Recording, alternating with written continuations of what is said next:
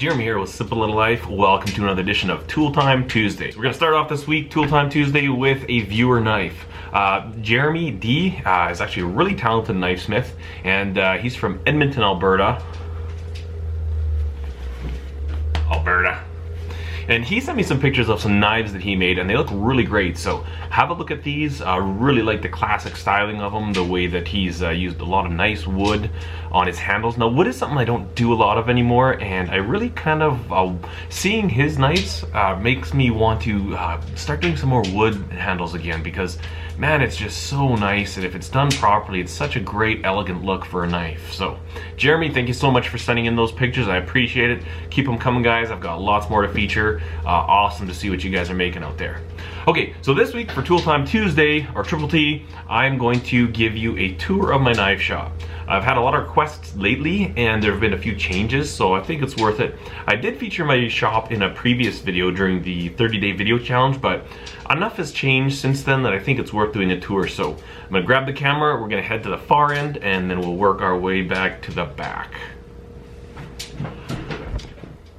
Alright guys, for those of you that don't know, my knife shop is in a shipping container, and this is a 40-foot long container with the 9-foot ceilings. I really like that, gives you a lot of extra height, and it's actually quite roomy in here. Definitely enough room for me to do everything I need to do, as well as we use this for other storage. So let's get started, take a look here. First tool I have in the corner here is my oxyacetylene torch, and then above that I've got my belt storage rack that I made. I'm getting kind of low on belts, I need to order some more. Also, this area is hockey gear storage, so that's my goalie equipment there. There's my out equipment, my daughter's competitive dance bag.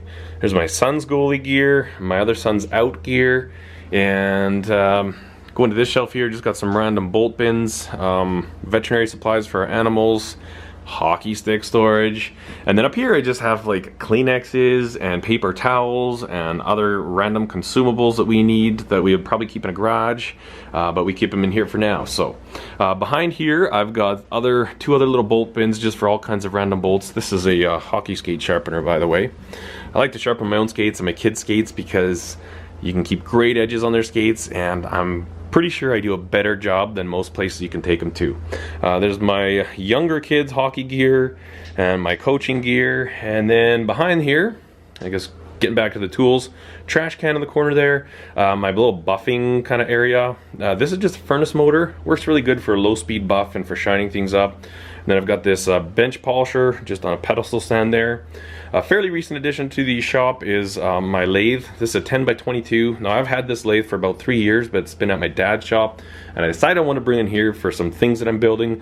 I've used it quite a bit, and I've got some more projects that'll be using this a lot more, and I'll also be using it for some videos coming up. So not the greatest lathe on earth by any means, but it's kind of a nice tool to have. Even with its limitations, I'm really glad to have it here again and have it at my disposal. And then again, my milling machine, you saw my video on that last week, hopefully. If not, you can check that out. And lately, I'm actually using the under part of here for wood storage because I've got my wood stove going. Now in the wintertime, I do heat this place with this wood stove, and it takes about an hour to get up to temperature, but last winter we had like minus 22 Celsius was the coldest it got, and after about an hour of this thing going, it was t-shirt temperature in here, so really works awesome. The thing I like about it as well is that it, in a sea can, it heats up the metal behind it and all around it, and that just radiates heat too, so actually it makes this whole area really nice and warm. It's not just like a heater sitting there. There's a lot of radiant heat, heats up all that. Even when you're outside, like I've got some wood storage on the outside of here. If I'm going looking for a different piece of plywood or something, I really feel the heat coming off the building, so this really works quite well. I've been saving a lot of scrap wood. You can see most of these are like 2x4s from old renovations people are doing. Instead of throwing them out in the trash, they'll give me a call and I'll pick up all their stuff. And I've got a big pile in the back of our land. I'll go out there every now and then, load up my truck and set up my chop saw and just start cutting up firewood. So I used to buy wood, and that's a very expensive way to go, especially here. I mean, on the prairies, there's not a lot of trees, there's no forestry or anything like that, so all the wood has to come in from, you know, the closest place would be like Sundre area, you know, a few 100 kilometers away, and it just gets really expensive. So I've started just taking people's dunnage and their old wood pallets or anything they have, and it works good. I can heat my shop and it costs me nothing except for my time. Also, I've got one of those little Econo fans, those ones that like the difference in thermal whatever, and it makes that thing, and it actually pumps out some pretty good air. Gets a lot of airflow going through here, so that's nice. And then over here, sorry, this is a freezer, and this is full of chickens that we've raised and butchered, some turkeys as well.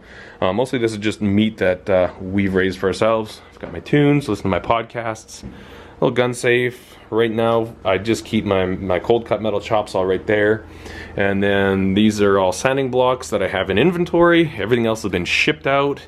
And they're just trying to keep ahead of it. At least have some here that when somebody orders it, I can just pop it in the mail and send it off to them rather than have to do another run of them. So I'm finally caught up with those, and I've got some ready, so that's a good feeling. And then getting over to this area, this is kind of like my assembly. I don't really know what this is. This is not like my main workbench, but mostly I just set stuff here, I think. I've got some like collets and end mill cutters and different machining tools for my mill. My mask. These are all mostly personal knives of mine, and then, you know, some various knives in different stages and stuff like that. Over here I've got like this little small drill driver set, the Milwaukee M12. I keep these ones here because these ones I mostly just use for kydex and stuff, lighter duty applications. Then underneath here, this is most of my scale material storage. I'm really low on this as well too. And then, you know, this is a little drawer I keep pin material in, and weird little screws and fasteners, stuff like that. Also have some stainless foil for heat treating stainless steel. I'm getting into that a little bit more. I'm doing a little experimenting, and hopefully I'll have some videos coming out about that. And then obviously my even heat kiln, and then I've got my little rivet press back there. And then here's mostly just sandpaper and sanding apparatuses, my sanding block there. And then my little toaster oven. Surface plate, my granite surface plate, and some Allen keys there. And then this again is just random fasteners and stuff like that. Not necessarily knife related, but stuff I want to have. And I've got some PP up there, my big grinding mask and stuff like that. And then over on this side here, this is my main workbench. I've got some pegboard up with just the tools I always use when I'm making knives, and really want those ones accessible all the time, and I don't want to be going back to my toolbox to get those, so that's what stay there. Got my Fordham there. Usually I just mount my GoPro if I'm ever filming overhead on this workbench. If you've ever seen videos like that on this channel, it's coming from right here. And then some different knives in various stages. My heavy vise, and then my portable bandsaw that I clamp in that vise. And then also I just have a switch here on off for my portable bandsaw. That way I can keep the trigger closed to keep in the on position and have a switch to power it on and off. Under here, mostly just rag storage. And then this is the woodworker's vise that I got at a garage sale, and I love this thing. Also, a viewer recommended, I forget the gentleman's name, I believe I mentioned him in a previous video, but he recommended that you mount another vise. You can mount another vise onto a block and clamp that into this vise. So this is my glue up vise, what I glue all my scales up with. I clamp them in this vise, and I think I got this one for a couple bucks at garage sale, so I don't care if it gets wrecked. And it's kind of nice because I can just put handles in there, you know, I clamp that into this vise, and I can just let stuff dry, and if epoxy drips everywhere, it really doesn't bother me that much. So that is my main workbench, and also the Fordham switch for my Fordham. Right there, it is on the foot switch is on the ground there, so that's kind of nice. Got a router and a router table in here. I'm not sure if that's going to stay. I used it for a few knife projects, but I'm kind of debating whether or not I actually need that here or not. It'd be nice to free up some extra room under there for something else, I guess. And then kind of right around the corner here is my small drill press. This one I usually just keep a small bit in all the time for pilot holes. A 1/4 inch I'll leave, sometimes smaller, but it's nice when I can just leave that set up, and if I've got to do a pilot hole for something, I've just got this one always set up. And then larger holes, you know, I can move them in and out of this bigger drill press that I have here as I need to. But it is nice just to have a small drill press set up all the time. Some grinding belt storage. And if you'd remembered from any other videos, I had a table, a little workbench right here that had my other homemade grinder on it, as well as my oscillating spindle sander. I got rid of my homemade grinder because I don't need it anymore, as well as my oscillating spindle sander because I built this. Now this is my brand new 2x72-inch horizontal belt grinder. Unfortunately, I'm not going to show it to you in this video because I'm editing the footage where I build this thing and I don't really want to give it away right yet, but in a couple days that video will be up, so you'll see it then. I'm sorry guys, it's kind of a mean thing to do, but I just don't want to give it away yet. Then back to this little table here. So I've got my drill bit storage, you know, different reamers, cutters, clamps, different chemicals and fluids, paints, you know, brake clean for wiping parts down, cutting oil, layout dye, epoxy, and random stuff like glass cleaners, things we use elsewhere too. Just a little chemical storage, and then spray paints and all that stuff is stored up there. And so then this kind of has become like my grinding station, I guess you'd say. So I've got my KMG belt grinder here, and then I've got my new horizontal belt grinder here.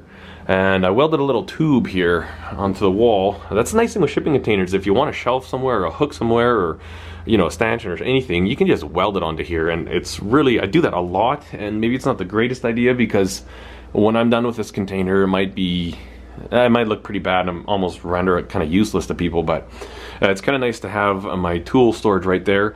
Also, I've got an extra set of wheels from the kit that I'd purchased to build this grinder, and I'm going to build myself a slack belt platen, I guess not a platen, but a slack belt attachment for grinding for this one. So that'll be an upcoming project here soon. And then again, I've just got more belt storage there. And then I've got my water bucket. This stool's perfect height, so that's the only thing it's ever used for, is for my water bucket to sit on. And then this is my toolbox that I have here. It's not my pride and joy, but it's got some decent tools in it. Everything I need for sure. I've got a decent assortment of sockets and what do we have here? Oh, other random sockets, punches, chisels, my precision layout tools, calipers, other stuff like that. There's a lot of good tools in here. Most of it's Craftsman. There are some Snap-on, but you know what, this is a smaller toolbox. It's chock full, and it's just enough to get me by for most of the stuff I have to do, not just in my knife shop but also on our land, you know, with equipment and stuff like that. I can get by with this fairly well. I've got a little light here. It's kind of nice when you're grinding, you can just move it around.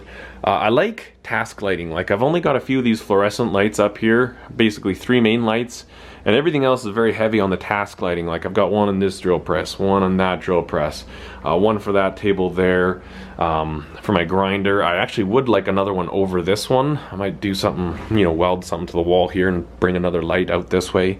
Also, the electrical in this place is just a gong show. It's all just zip tied to the little hooks, so you know, I need power at one end. I just kind of grab some wire. There's my wire stash there. I just run it out and you know, put a plug in. Obviously I do everything properly, and I ground it properly, and I make sure everything's copacetic that way, but even extension cords come in here to there, plugged into the power bar there, so it's kind of a joke, but it works. I mean, this is a temporary structure and I've got all the power I need for all my tools, so hey, whatever.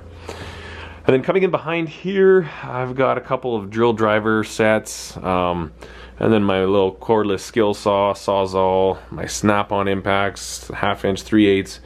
And this area behind here is a lot of weird and different sharpening accoutrements and little gizmos that I've tried out. Latex gloves, obviously use those a lot for glue up and stuff like that. And then things like extra bandsaw blades, extra leather gloves. I've got a good stash of gloves. And then those toolboxes on the bottom are my son's boxes, and it's my grinder, or it's my sharpener that I use. This is mostly camera gear right here, and then there's my little stencil maker, welding helmet, some grinders. What do you got, a Craig jig down there? Just random stuff, a couple tool belts in the corner, and up here is where I keep most of my steel. This is all my knife steel. I've got some 154 CM, also some CPM 154, and then 01 tool steel. I'm kind of low on my stock, but I've still got, I don't know, quite a bit of decent steel here. And then up there I've just got different wood for different scale materials, some kind of odd and exotic woods, babinga, cocobolo. This one's a weird one, I forget what that name is. It looks like bamboo, but it's not. Like, it's a thick slab. It's kind of interesting. Black walnut. And then right here is something I did recently, and it actually works out pretty good. This was our old central vac from our house that we moved out of, and I piped that up over here. Looks kind of like my wiring job, just zip tied everywhere. And I drop that down, come in behind my grinder there, and I actually just have this little bit coming up, and I've left this loose so I can just kind of move it around as I need it. And when I'm doing my handle material, all I do is kind of pull it underneath the grinder there, and it works really good for dust collection. And I was gonna throw that out when we moved. I had it like in my dad's place in storage, and I thought, you know, I may as well hang it up there out of the way. And then I've actually just got it wired into a switch right here, just click click on and off. But that actually works really good to keep dust down when I'm grinding in here. Also, I can use the central vac if I need to. And then the very back here, I've got my 60-gallon air compressor, and then I've got my little welder.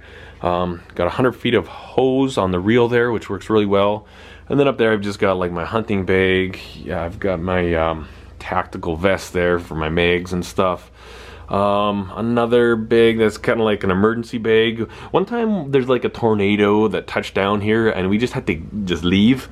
And so the prepper, I kind of am. I don't spend a lot of money on gear, but you know what? We get tornadoes here in the summertime, and I have things like toothbrushes and shampoo and socks and stuff for our whole family, so that if we had to just say, you know what, leave and go stay at a family's house for a night, we've got all the toiletries and stuff looked after. Now, not heavy on like MREs, or I've got some survival gear in there, but mostly this is just for like, okay, wait a minute, or the power goes out. Sometimes power will go out for a few days and you've got to go stay at somebody's house that has power so you don't freeze. You know, if we had to just up and leave real quick, we could grab one of these bags and it would have some stuff just to make our lives more comfortable and keep our teeth clean. Then up here, I've got some random hunting storage like clay pigeons, and you know, here's my camo. This shelf and behind there, you can't see it really well, but that is chock full of ammunition. And then I got my shop vac and just some other random tools that don't necessarily pertain to knife making. And this little tiny corner here is mostly metal storage for different projects, not knife metal at all, but just random stuff, threaded rod for building things and fixtures and stuff like that. Hearing protection for my boys when they're out here working with me. Certainly want to keep them safe that way. And then, oh, on the toolbox. That reminds me, 1 second.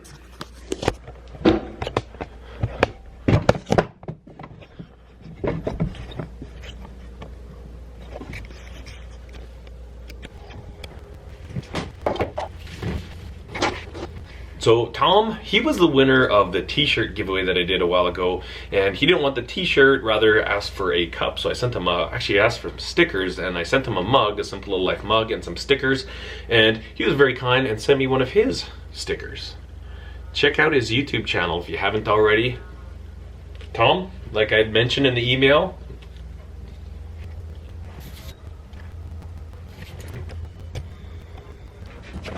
thanks so much for the sticker, Tom. I really appreciate it. That's awesome.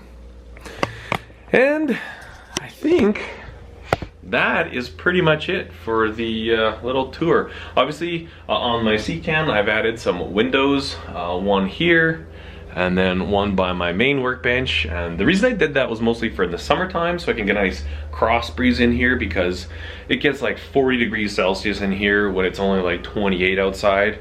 And literally, in the summertime when I'm making knives, my shirts are completely wet because it's so hot in here. I'm just sweating. So those were nice, and then also they let in light and fresh air and stuff too, so that helps out. Alright guys, so there's my quick little tour of my knife shop in a shipping container. I hope you liked it. I hope it gave you some ideas, and just it's fun to see how other people have their shop set up, and you know, the logic behind it and how they work and stuff like that. I always like seeing shop tours, so I thought I may as well do one. All those that have requested it, there you go. Hope you enjoyed it. And if you like what you see, please consider hitting the thumbs up button. Also, if you haven't yet, please consider subscribing to the channel. I sure appreciate the support. Thanks for everything you guys have done. It's a lot of fun. I'm having a blast, and hopefully it's helpful to you too. You all have a great day. Cheers.